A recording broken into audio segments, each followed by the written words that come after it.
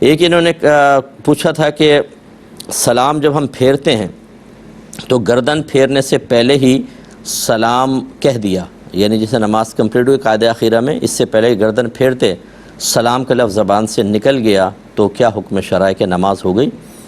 تو بالکل ہو جائے گی۔ اگر آپ سلام یوں گردن نہ بھی پھیرتے، بیٹھے بیٹھے کہتے سلام کرتے تو نماز سے باہر ہو جاتے۔ گردن پھیرنا جو ہے سنت مبارکہ ہے، اس میں لفظ السلام کہنا واجب ہے، وعلیکم ورحمۃ اللہ کہنا یہ سنت مبارکہ ہے۔ تو نماز تو ہو جائے گی لیکن ترک سنت ہوا جس سے ثواب میں تھوڑی سی کمی آ جائے گی۔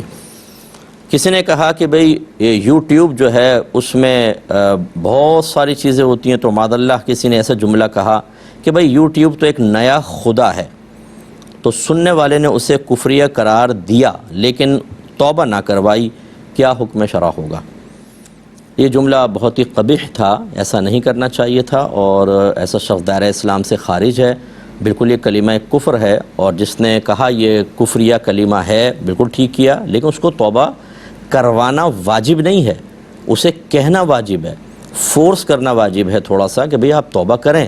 اور اگر وہ توبہ نہ کرے تو اس کا سوشل بیک آؤٹ کیا جائے،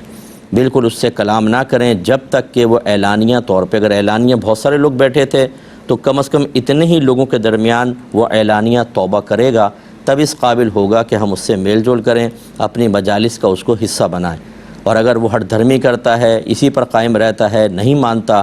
اور پھر بھی ہم اس سے میل جول رکھیں گے تو یاد رکھیں ایسے سارے لوگ گناہ گار ہوں گے۔ آج دین کی مصیبت بڑی آسان ہو گئی ہے، اگر کوئی ہمارے والد والدہ کو گالی دے دے بھری مجلس میں، پوری زندگی اس کا چہرہ نہیں دیکھیں گے،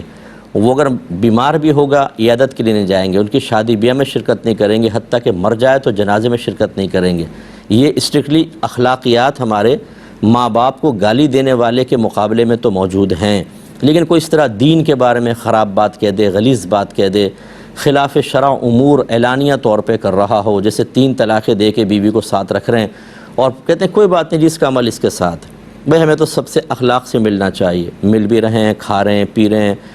جنازوں میں شرکت کر رہے ہیں، تو اس کا مطلب ہے ہمارے نزدیک آخرت بہت ہی معمولی حقیر ہو گئی،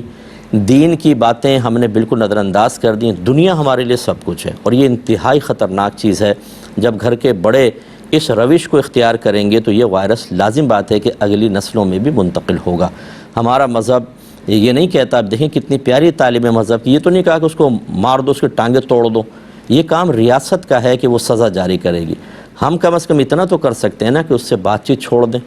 اس کے ساتھ کھانا پینا چھوڑ دیں، شادی بیاہ میں بلانا چھوڑ دیں، اس کی خوشی غمی میں شرکت چھوڑ دیں۔ اسی طریقے سے اگر وہ مدد مانگے اس کی مدد نہ کریں کہ نہیں جب تک آپ توبہ نہیں کریں گے ہم ایسا نہیں، ہم آپ کے ساتھ رویہ مناسب نہیں رکھیں گے، تو یہ ہمارا ایک اس کے ساتھ قائم کردہ شرعی لیکن بظاہر منفی رویہ اسے انشاءاللہ توبہ کی طرف لے کر آئے گا۔ تو ہم جب توبہ کا اہتمام نہیں کرتے وہ گناہوں پہ دلیر رہے گا، اس کا اچھی طرح خیال رکھیں۔